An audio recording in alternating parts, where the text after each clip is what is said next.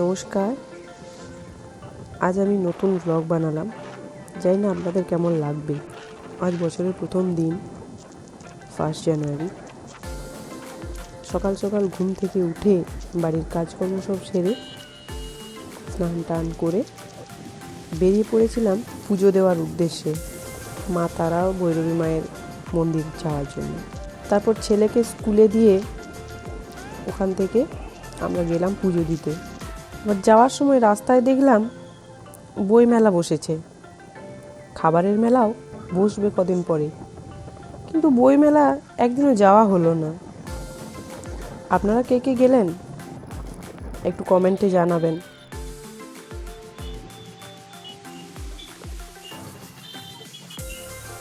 একটু প্রসাদ কিনে চলে গেলাম মা তারা আর ভৈরবী মায়ের মন্দিরে। মা তারার কাছে সকাল সকাল 1 জানুয়ারি আজ সবার জন্য প্রার্থনা করলাম, যাতে সবাই খুব ভালো থাকে, সুস্থ থাকে। বাড়ি ফিরে চটপট করে রান্না বান্না সেরে খাওয়া দাওয়া করে আমার বর বলল, চলো গাংদুয়ার ড্যাম যাব। হঠাৎ করে ওনার ইচ্ছে হলো, তাই বেরিয়ে পড়লাম।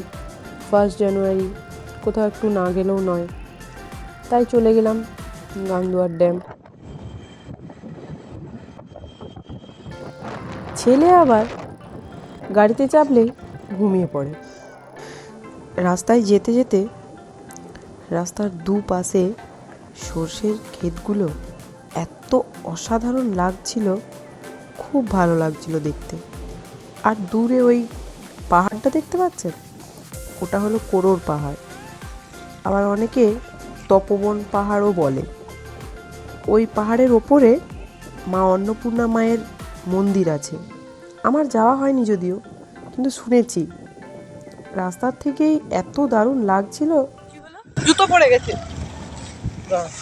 ইতিমধ্যেই ছেলে জুতোটা গেল পড়ে।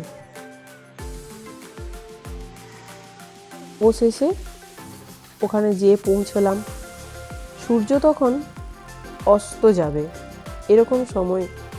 ড্যামটা এত দারুণ লাগছিল, কি বলবো। জলের ঢেউগুলো পুরো পাড়ে এসে ধাক্কা মারছিল, এত দারুণ লাগছিল, আসতেই ইচ্ছা যাচ্ছিল না। কিন্তু অনেকটা রাস্তা, বাড়ি ফিরতে হবে, সন্ধে হয়ে যাচ্ছে, বাচ্চাটা আসে সাথে, তাই বাড়ি ফিরে এলাম।